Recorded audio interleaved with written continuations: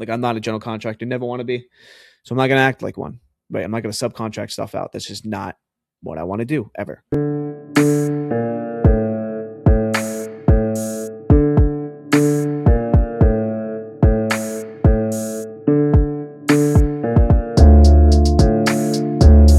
Yo, welcome back to the Beyond the Build podcast. I'm your host, Wendell Butler. Thank you guys for tuning in. Thank you guys for listening. I'm going to stop saying the episode number because I feel like I'm just going to start pumping these out and I'm going to forget what episode it is anyway. But I think this is 9 or 10. But from now on, I'm just going to get right into it. I still need an intro. We'll figure one out eventually. But basically, this is your podcast for just behind the scenes, in-depth, no bullshit kind of insight on entrepreneurship and building a business. My businesses revolve around real estate currently.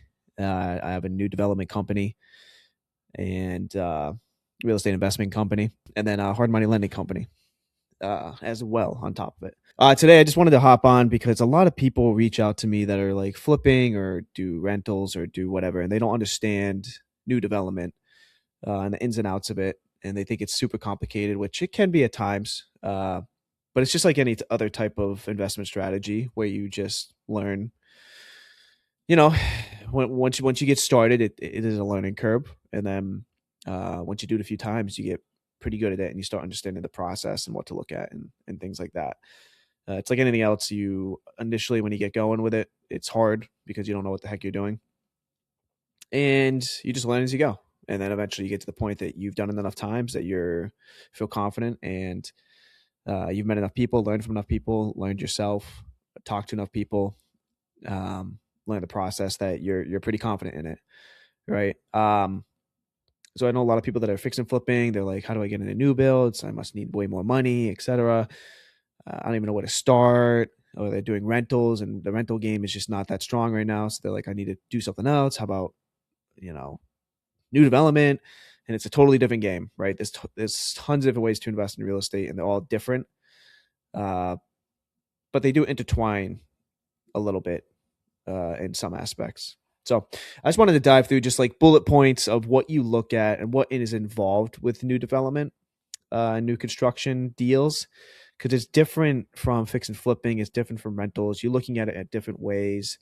But the thing about new development is you have way more flexibility because you're building something, you can build it however you want, and then you can decide to like hold it. You can build to rent. You can rezone, try to get zoning exceptions, rezone. You can sublot, build more units on a lot of land compared to just buying like a physical asset there that you're kind of stuck utilizing that already built asset.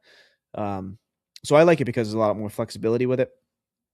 And it's more predictable because you know exactly the cost it is going to be to build. And there's not much changes from that compared to value add deals where you go in and you're like, I'm expecting to spend this much. And then all of a sudden you have like a 15% contingency, but then it gets ate up pretty quick. New builds, you don't really deal with that as much, which I like a lot. I like predictability. I'm, a underwriter. Like I have a lot of lending experience. So I'm kind of a pessimistic underwriter for all my deals, which helps avoid huge mistakes. But new builds just it makes me happy because the numbers are a lot more accurate in the beginning when you underwrite. When it gets to the end, it's pretty on point compared to fix and flips, which can go crazy, and then value add multifamilies and things like that, which can, you never know what happens when you open a wall or you see the foundation after you move some drywall or get down and dirty into things, right? So I'm just going to start. I got bullet points here, so don't forget anything. So if you're watching a video, you see me looking up, yeah, I'm cheating. I got bullet points, but I just want to walk you through like what I look at and what my partners and my team looks at as we are scaling more into new development, right? But I'll just run you through like kind of what you got to look at, the checks and balances of a new development deal before you even purchase it, before you even close on it. New development is a lot of front end planning, a ton of planning on the front, making sure things can work, making sure everybody's on the same page, your general contractor, your architect, your engineer, everybody. And then once you close, you hope you have all those items ready. And then you basically apply for permits or continue the subdivision project if you had to have it in your name before subdividing. And then, yeah, you just get those plans rocking and rolling once you get the permits. So it's a lot of front end. And then once it starts building, you kind of just sit back and you just pay the contractor and make sure that they're on time hitting the milestones. And I like that too, because once the projects are going on, like I don't have to get too involved. That's how I build my investment company. Like I do not do general contracting. I don't subcontract. I don't do any of that because I don't want to. We are deal finders. We are creative financiers, capital stacks. We get creative with those to make sure that we have everything in place that we get paid from finding the deal and pushing it forward and getting it complete.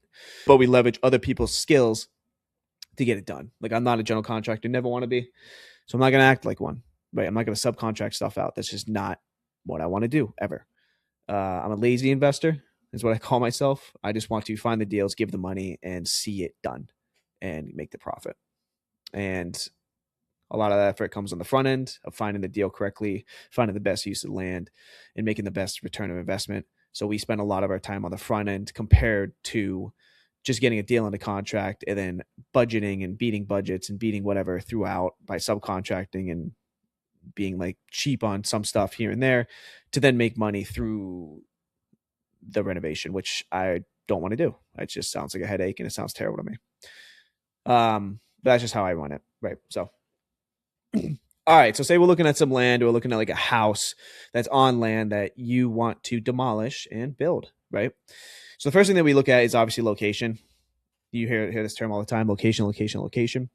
We're not going to build a new development project in a place that doesn't have any movement for new construction or a ton of flips or something like that, right? We need comps. We need to know that our product will work and our ARV will work.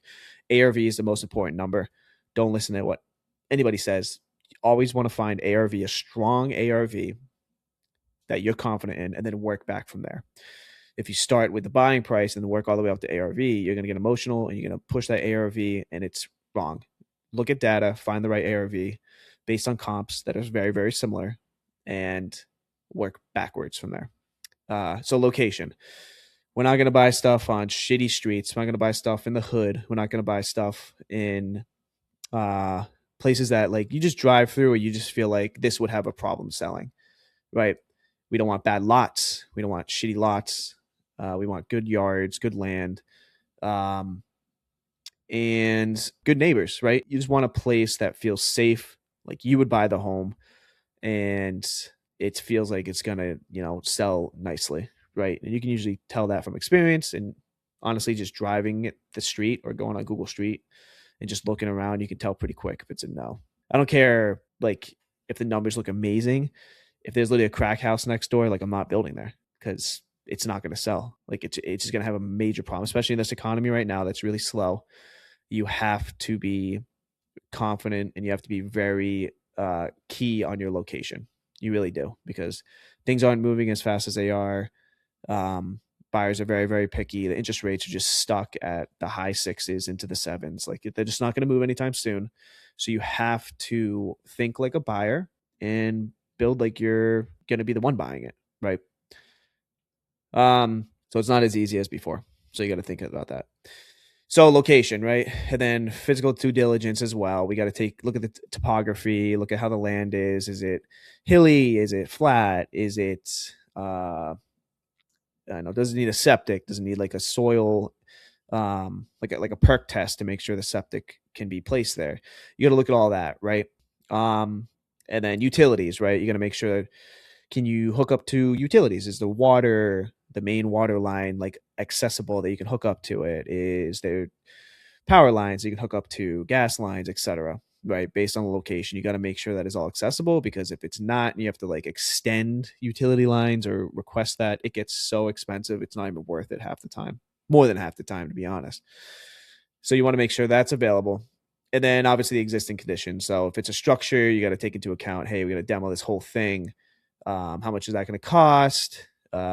Insurance is going to be more. Is it just land? Okay, how much trees are there? Are there tree fees for cutting down older trees, heritage trees? And you learn this as you start getting in a building, right? You learn about all the fees, the water, sewer, tap fees, hookups, um, heritage tree fees. Like in Charlotte, if you cut down a tree that's like a certain diameter in inches, you got to pay a fee on it. And then if it's like a heritage tree and it's in like the right of way, like the driveway that you're going to put in, then you're going to pay like $200 per inch or something ridiculous, right? So you got to keep that in mind, because if you don't look at that and then you close on it and then you start the permit process, you're going to be surprised to find out there's like $5, 10, $15,000 in fees that you missed out, and all of a sudden your profit is not as good as you thought. So you got to do this all on the front end. This is before we even make an offer, right? We're checking all these. We have experience. We can do it pretty quickly. We have calculators that we built in like Claude that automatically do it for us. But this is like, again, it's a lot of front end planning. And then we'll look at zoning and entitlements, right? So where you look at the current zoning, we see, hey, what can we build here? Can we build multiple units? Can we build 2, 3, 4 units? Can we subdivide it in half and then build 2 projects of 2 to 3, 4 units, right? What is the best use that we can make out of this land? And we underwrite from that aspect, okay, based on like what we found so far. You're also going to make sure, like, if it's historic district, like if you're buying a property and that's historic, like, can you knock it down? Most likely no. Like, you can't. The city will not allow you, or they'll find the absolute shit out of you. So you just got to like be cautious about that. Like, what zoning is this? What type of property? If there's a property on it, and then figure out what you can fit there that's relatable to the comps that you found, right? So if it's all single family homes and you're trying to stuff like a 3 townhome in there and there's no townhomes around at all, should you be doing that? Probably not. You want to make sure that you're not the first one in building a new product or the last one in, right? You want to see that there's some type of movement there that you can catch on the wave and then sell it, and not be the first one to start or the last one to come out. That's kind of a building rule that you learn, right? So yeah, just making sure like you got comps, strong comps of what you're trying to build. So let's say like you're trying to knock down a single family home and build 3 townhomes side by side and sell each one. You're going to look up townhomes in the area and figure out the ARVs, or the how much they sold for within the past like 6 to 12 months. In this economy, you probably want to do 6 because it's very tight and you want to have the cleanest, newest data possible.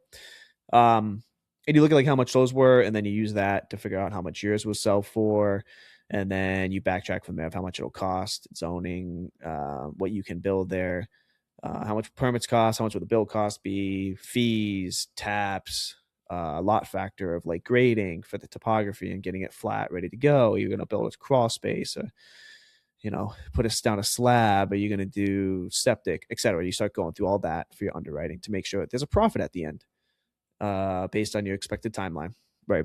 All right. So, and then you got, after you look at the zoning, you got to make sure, the setbacks, height limits, density, parking requirements, etc. Like you can meet those. And setbacks are basically like, you got the block, like imagine like a square piece of land, and you have to build a building that is a certain amount of feet away from the outskirts or the borders of that lot.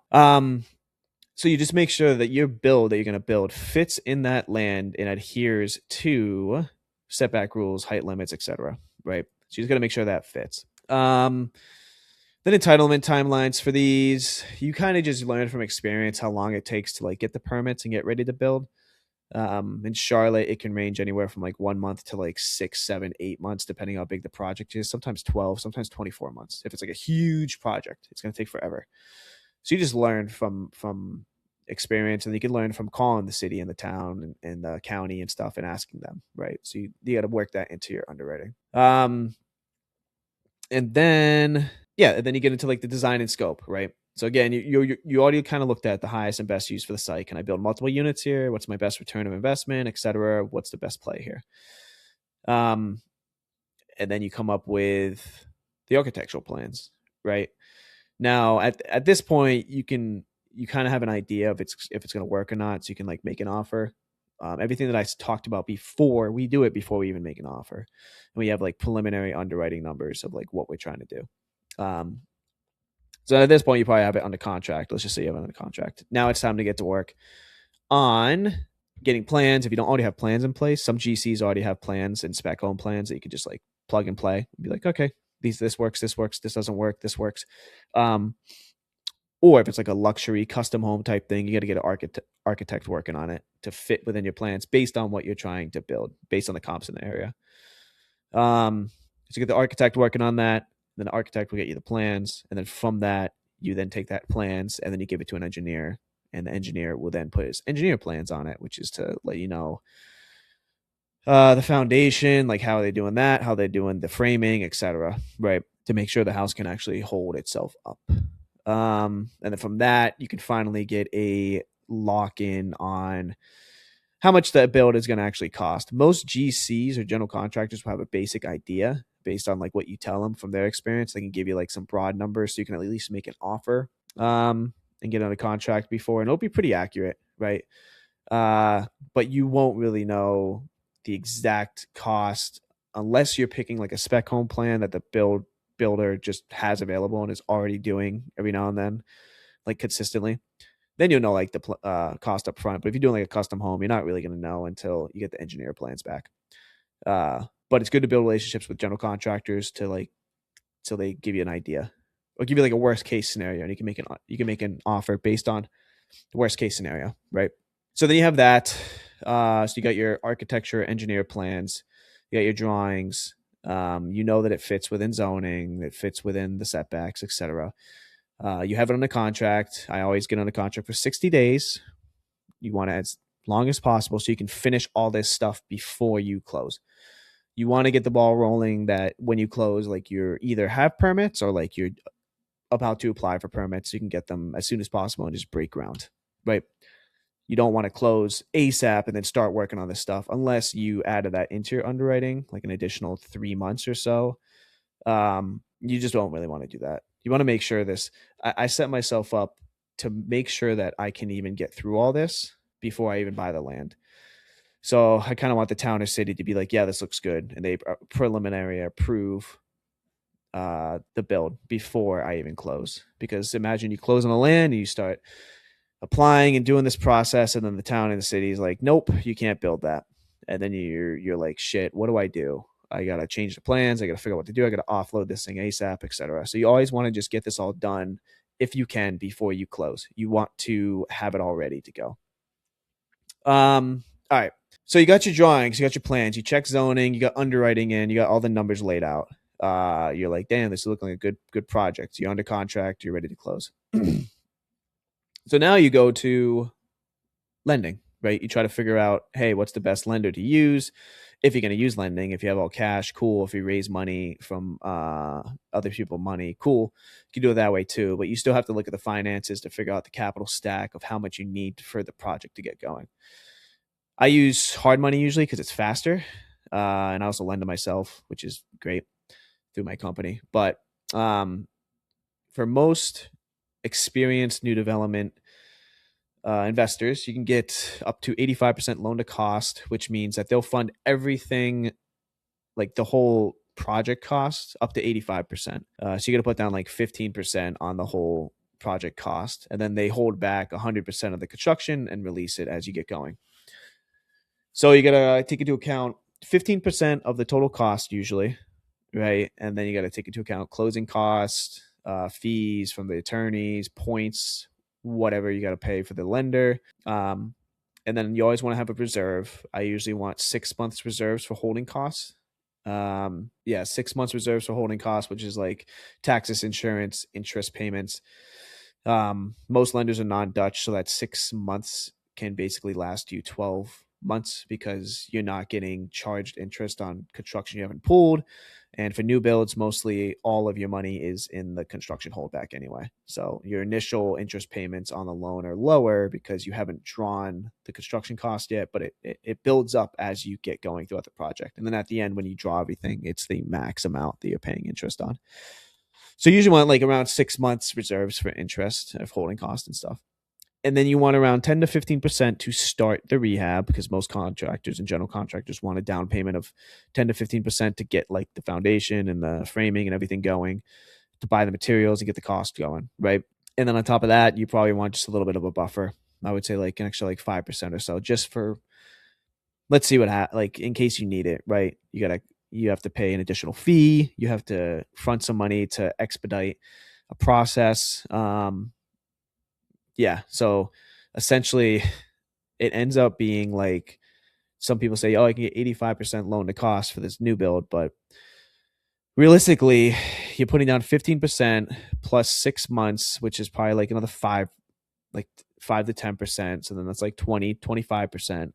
And then you need 10 to 15% to start the construction, right? So then you're looking at like 30, 35, 40%.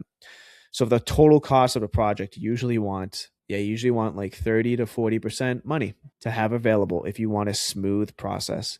Now, that seems like a lot, and it is. I would say that compared to fix and flipping, you need more money to do new builds.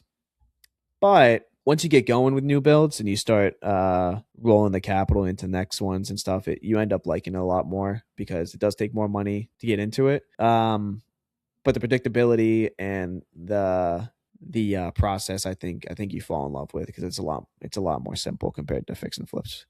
But I think fix and flips are a great place to start.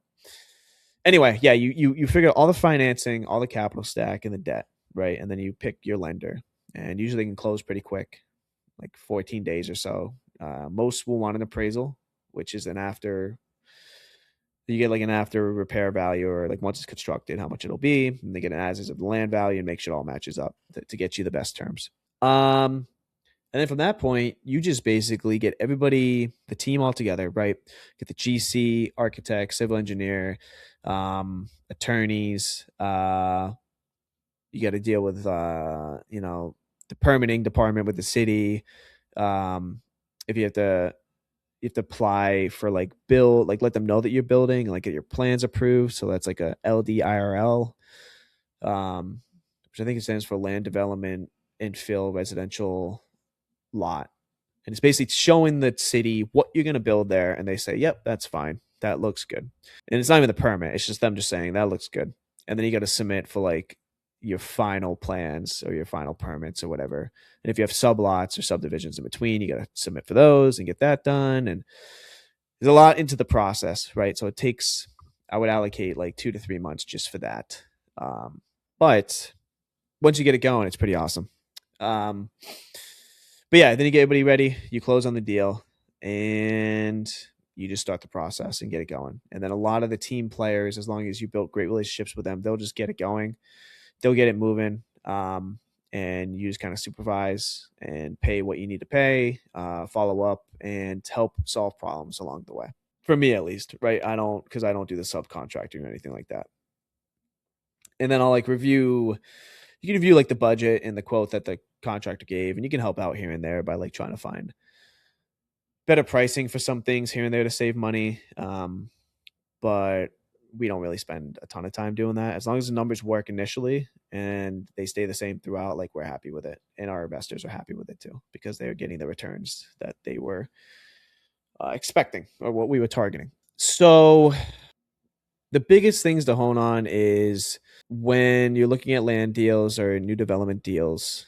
Number one thing right now, I think, is location, because you might find some land that the numbers look good, right? And everything looks good, and it looks like you can build something there. But if location is complete crap, it's not worth it in this economy. Like, you're going to just be sitting there. When the project is done, that's when your interest is the highest, because you've pulled all your construction money out, and the holding cost would just eat up all your profit. And then you have money tied up in there too from like the 15% down payment. So it's just not happy. It's not a happy situation.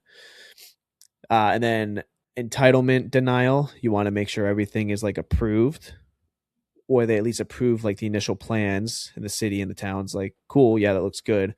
Let us know when you're ready for permits. So you don't really need permits to close. If you can get them, do it. But the initial review of the plans, make sure that it works with them. And then just make sure the financials all make sense, right? And you're not pushing that ARV emotionally higher than what the data says. Stick to the ARV of what the historic data says. Do it not even 12 months out. I would try to do it 6 months out, 6 months before. And I would even look at like active listings, like what are they listed for and how long have they been sitting? Because right now the economy is quite tough in the and just real estate as a whole. Um, which is why you see a lot of people selling courses now, by the way. And I keep going on rants on that, but usually if someone can't invest or they started during COVID and they did really well because anybody could have done well during COVID. Now it's hard, so now everybody's selling courses because they can't sell or invest. So they're trying to sell you on a pipe dream to buy their course. So stop buying courses. Just learn yourself, or listen to this podcast, or reach out to me, or come to our networking events. Just there's so many other ways that are just more effective, cheap, and you will learn way more. But yeah, I think the most important factor here is your due diligence period. Always try to get like a 45 to 60 day due diligence period. And that's where you can start working on all this stuff and make sure that the deal is actually feasible and it makes sense and it's going to get you a profit. Like enough of this. I remember when we fix and flipping houses, it's a lot more straightforward because it's like, this is how much the rehab is. We don't have to do anything zoning wise, whatever. Let's just fix this property up and sell it for this much because this is how much homes is selling for. So you can close in like 10 to 14 days and just rip it and go for it. New builds, no.